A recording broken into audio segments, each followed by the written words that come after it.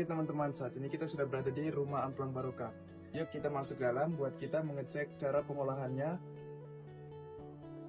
Ayo.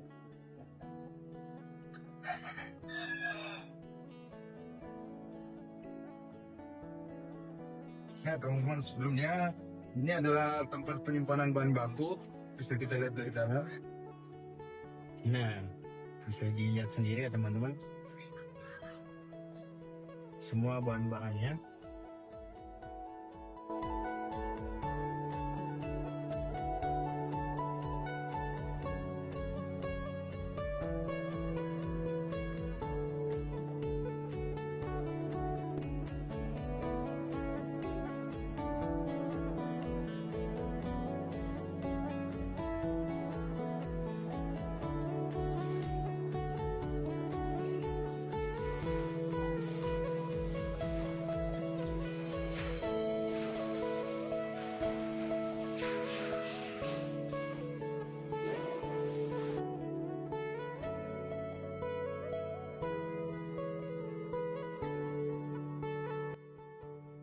Nah teman-teman, dari berbagai banyak proses yang kita lewati tadi, seperti inilah hasil akhir dari pengemasan Amplang Barokah.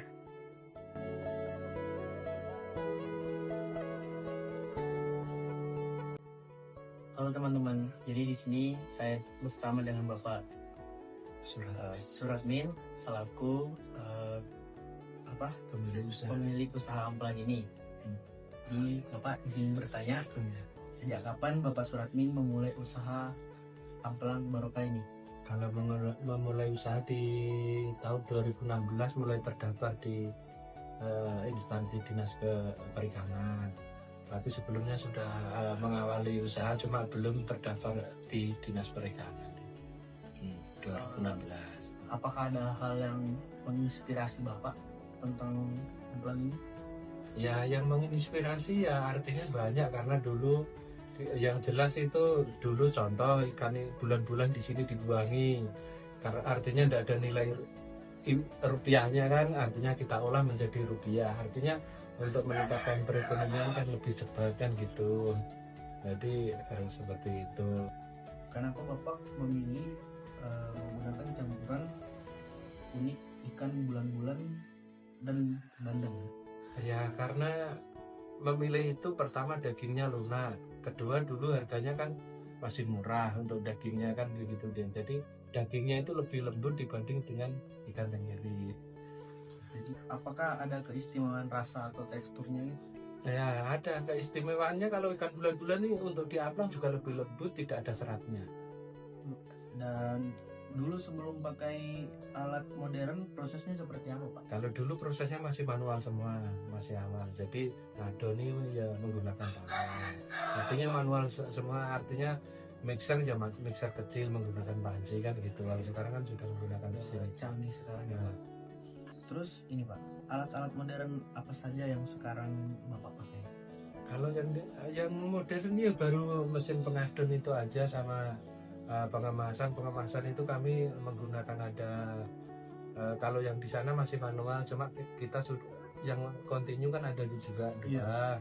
Yang manual itu ada dua, cuma yang kontinu itu yang jalan sendiri itu kalau pas di sana rusak aja baru kita pakai. Baru adakah bagian dari proses ini yang tidak boleh pakai mesin? Kalau yang tidak pakai mesin karena Amplang ini masih serba-serba.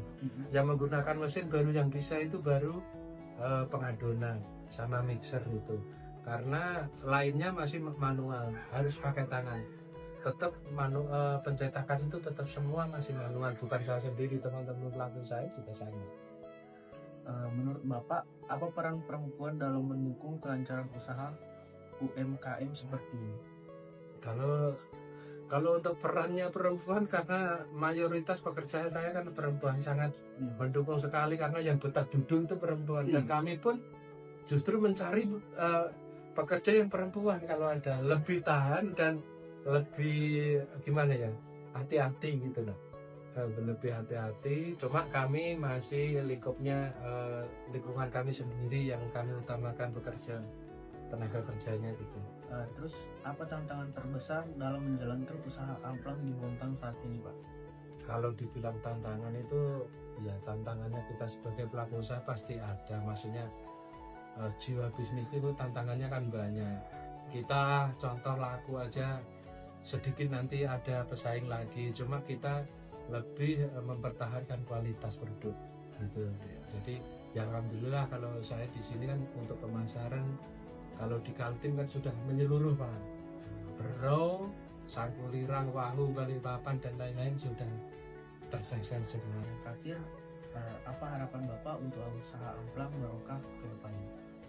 Ya kalau untuk ke depan itu kita tetap namanya manusiawi pasti maunya berkembang terus ya.